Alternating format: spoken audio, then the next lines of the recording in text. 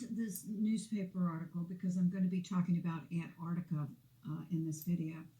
And I like to start here because I have done so much research on Antarctica. Why? Because since the 1400s or the 1500s, these bankers and these Illuminati and these Freemasons have been trying to get to Antarctica. Now, a lot of people say, oh, well, they want to get there because of the natural resources. Well, no, because Hitler tried to get there too. They are drawn to Antarctica, or have been drawn to Antarctica, for other reasons that I could not figure out. I mean, it just was a real brain teaser for the longest time. And finally, I figured out they knew what was in Antarctica, and they went there looking for it. And they found something. The Nazis found something in World War II. And I believe this newspaper article is from 1943. It's from the 1940s, before the end of the war. And the war ended in 1945. So it says here, new Nazi device on Western Front. It gets a very small mention. Paris, December 13th. As the Allied armies ground out new gains on the Western Front today, the Germans were disclosed to have thrown a new device into the war, mysterious silvery balls which floated in the air. Mysterious silvery balls, okay? These are orbs, and they called them Foo Fighters. They ended up giving them the name Foo Fighters. Mysterious silvery balls. This is advanced technology for 1943. And they floated in the air. Pilots report seeing these objects both individually and in clusters during forays over the Reich. And it says in parentheses, the purpose of the floaters was not immediately evident. It is possible that they represent a new anti-aircraft defense instrument or weapon. And it also says in parentheses, this dispatch was heavily censored at Supreme headquarters. So they barely got this out. This is bare bones information. But it lets you know they're going to Antarctica. They're dropping flags everywhere, the Nazis are. Towards the end of the war, that's all they did was go underground and drop flags all over Antarctica. And so they've got advanced technology in 1943, and it's the same thing that's happening now out at, Skinwalker Ranch or any of these places, Area 51 or any of these Dulce. They all have the orbs with the clusters and all of that. Another interesting article, Nazis prepare for war after armies defeat. Special loyal SS troops drilled for carrying on fight underground to hamper allies wherever possible.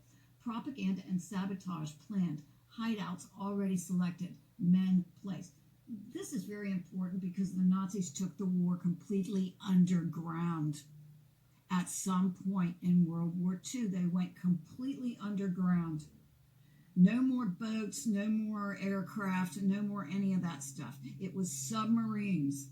So this is a meme that was on the Mega Meme folder. It says, Admiral Byrd, Antarctica, 1921, member of Federal Lodge number 1 in Washington, D.C. That's the one with Albert Pike, the big statue of Albert Pike, this demonic. They called him a moose of a man. That's what they called him. Of course, that's what I call Michelle Obama, Michael LaVaughn Robinson, a moose of a woman. That's a moose of a gal. Anyway, it's not a gal. And both Albert Pike and the first moose are moose. They're moose of men of moose size. I don't even know what I'm saying. That's how screwed up this whole thing is. But anyway, yeah, that's the lodge it's considered like this iconic lodge in Washington, D.C. So that's where Admiral Byrd became a member of the Freemasons and that's the Scottish Rite Freemason building, uh, Lodge Number One, Washington, D.C. In 1929, he led a private journey for the Rockefellers and dropped Masonic flags on the two poles. So he went to the North Pole and then he went to the South Pole. I believe he went to the North Pole first. And when flying over the North Pole, he did make some observations, and they were in his diary. And he was reportedly taken into the North Pole area by this Nordic race, which I'll get into later, or species or race. So in 1935, he established the first Antarctic Lodge, number 777. 60 of the 82 members were Freemasons. Well, you can go back in history and look up all the people who were able to fund expeditions to Antarctica. They're all Freemasons, and they're all funded by the bankers. In 1957, Admiral Byrd dies mysteriously. And there's a little bit about that. I don't know if I'll have that available, but his son died mysteriously as well, and I do have a little article about that. I did a video on this, and this is just a clip from the article, but he had been to Admiral Byrd's son had been to an event, I believe, at that lodge in Washington, D.C. But if it wasn't at that lodge, it was at some big building, and it was all full of Freemasons, and they were honoring Admiral Byrd, and the son went to it. Well, he disappeared. He went there by train from New York, I believe. He had to come from up north by train. I think Baltimore was where he was found. In a warehouse, they found him, like weeks later. And it says,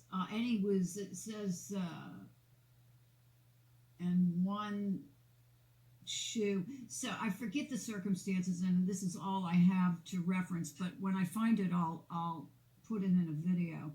The circumstances of Admiral Byrd's son's death. Well, the 68-year-old Mr. Byrd, a graduate of Harvard University, who as a young naval officer escorted his father on a journey to Antarctica in 1947, apparently died of malnutrition and dehydration, the police said.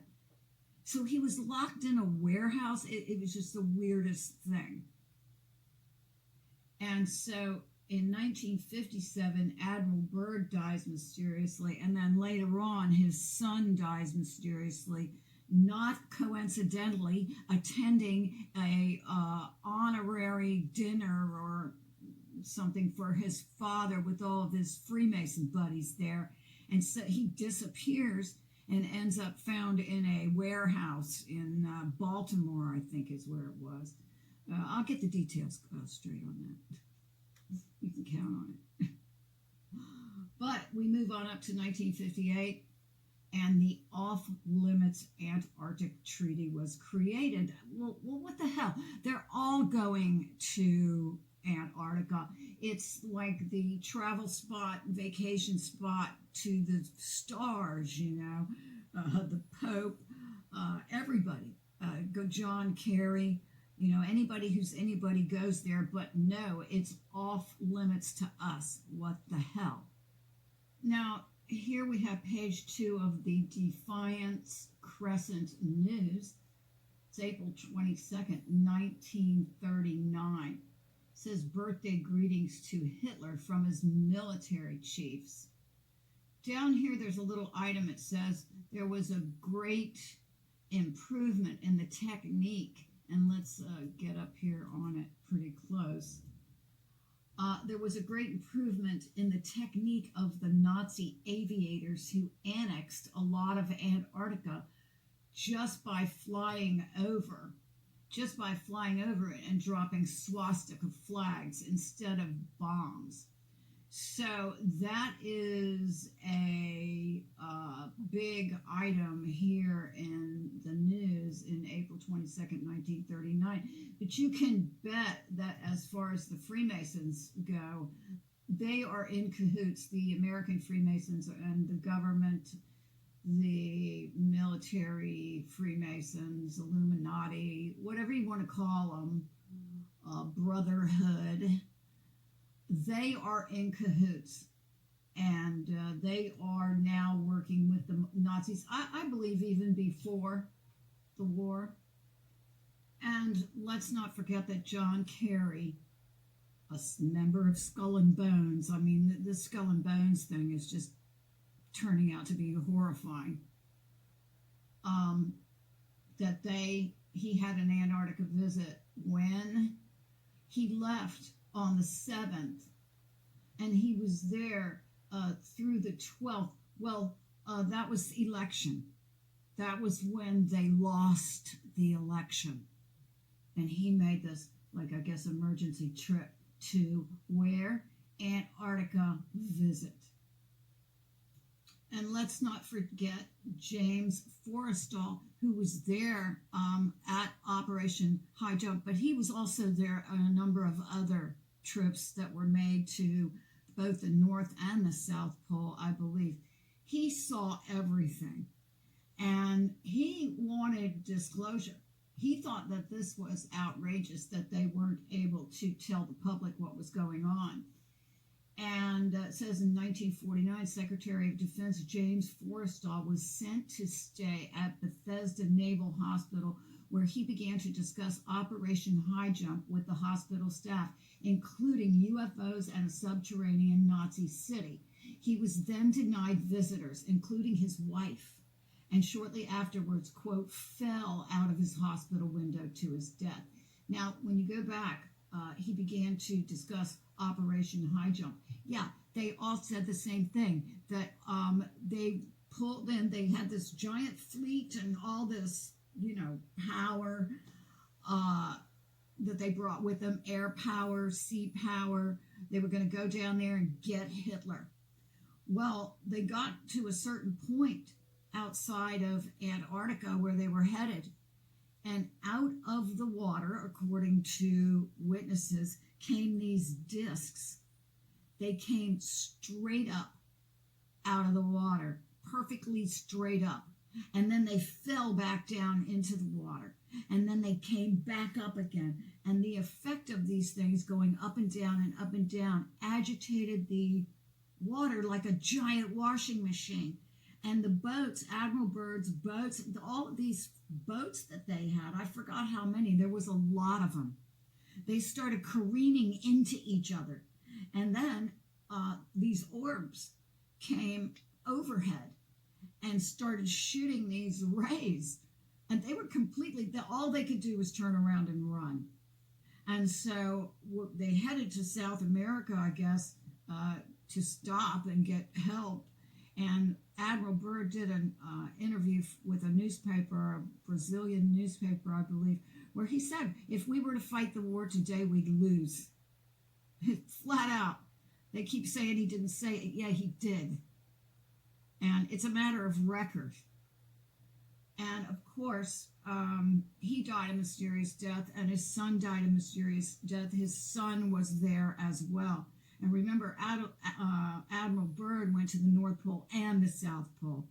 And according to many people that I've listened to now, there is openings at both ends. You go to one, it's an entrance. You go to the other, there's an entrance. And so there is some kind of portal or something that goes straight through, according to some.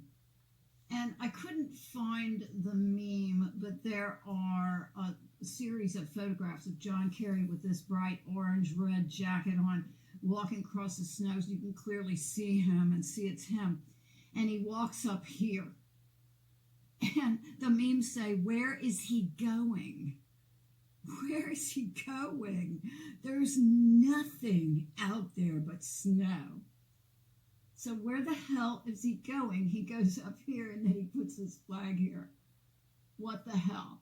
And it's got pictures of him trouncing out there over this terrain to get to this where is he going place.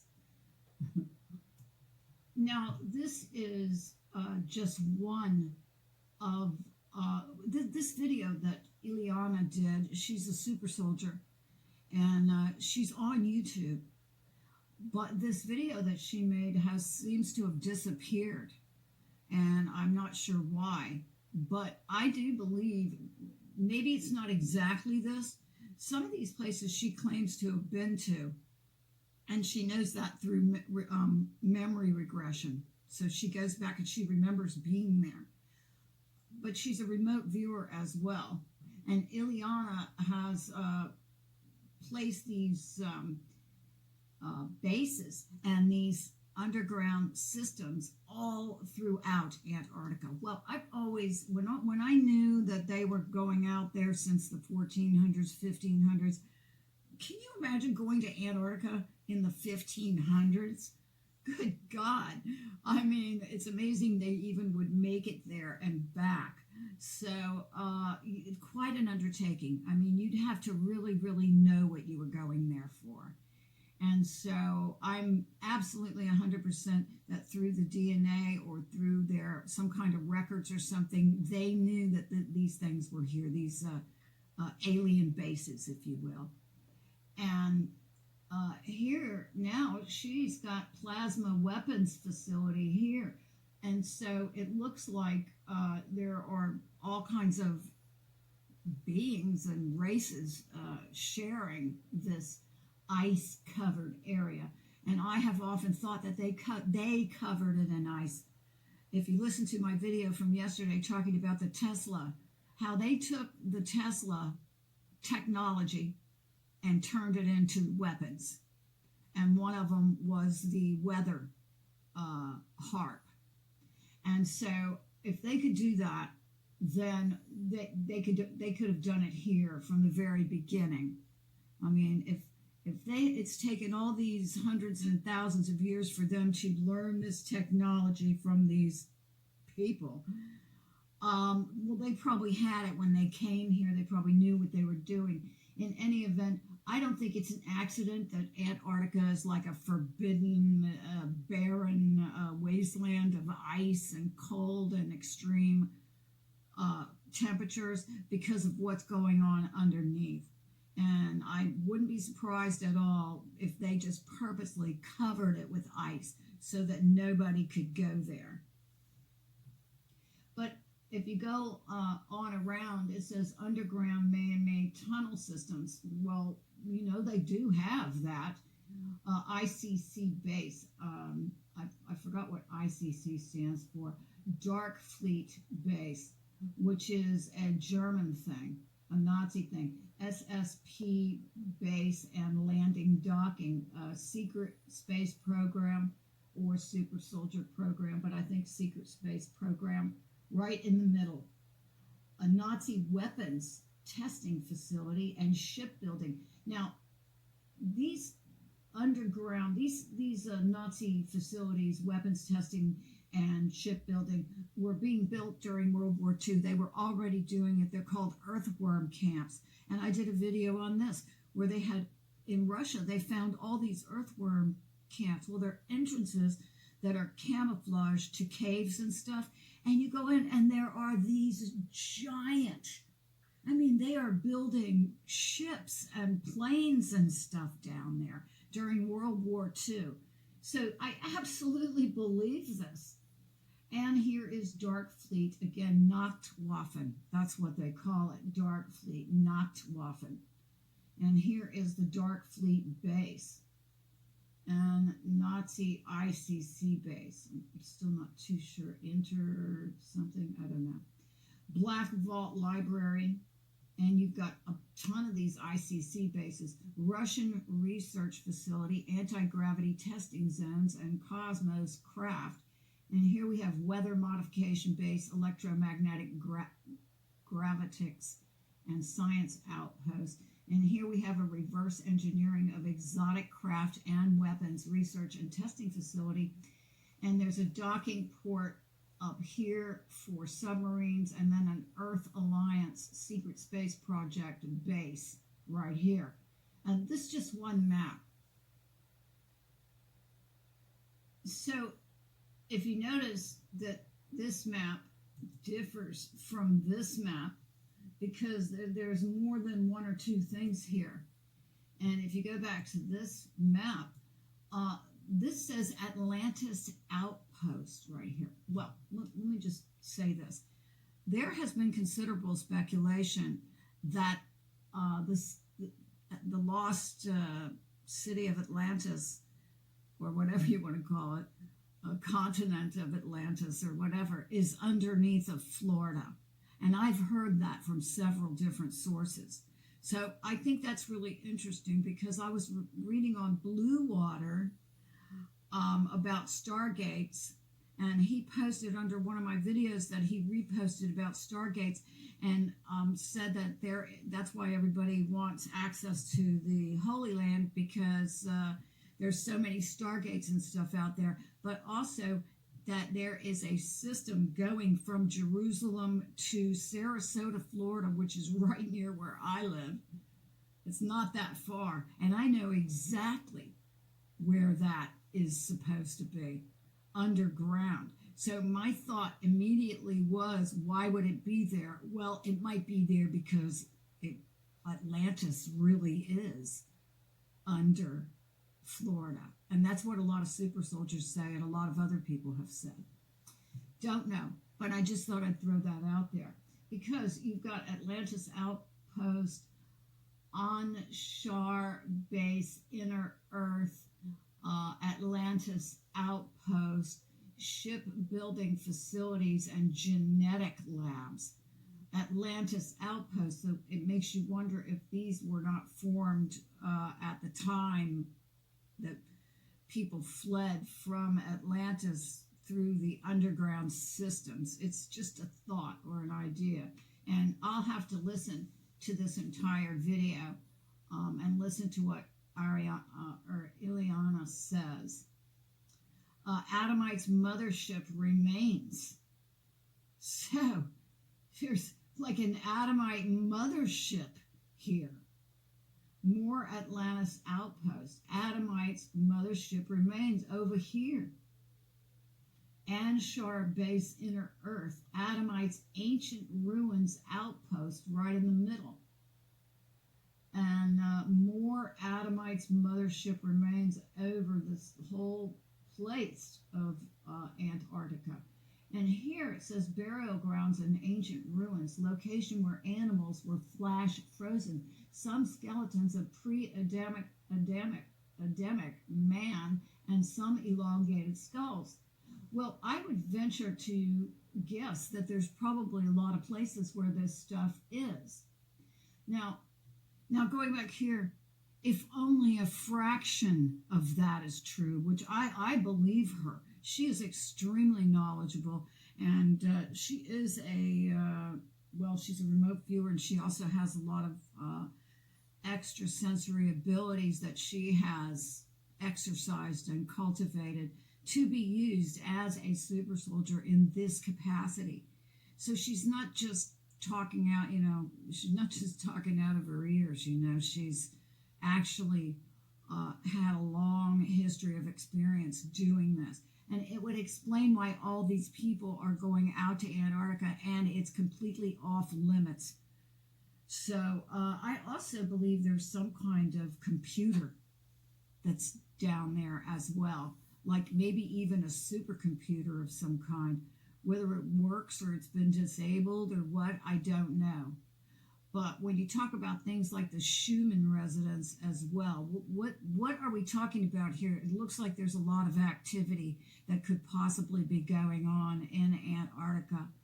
Now, I want to talk a little bit more about Antarctica and Admiral Byrd's visit and what he claims he saw down there in both the North Pole and the South Pole. And I will do that in my next video. I hope you guys have a wonderful evening. And this is Deplorable McAllister and my dog Truman, and we are signing off.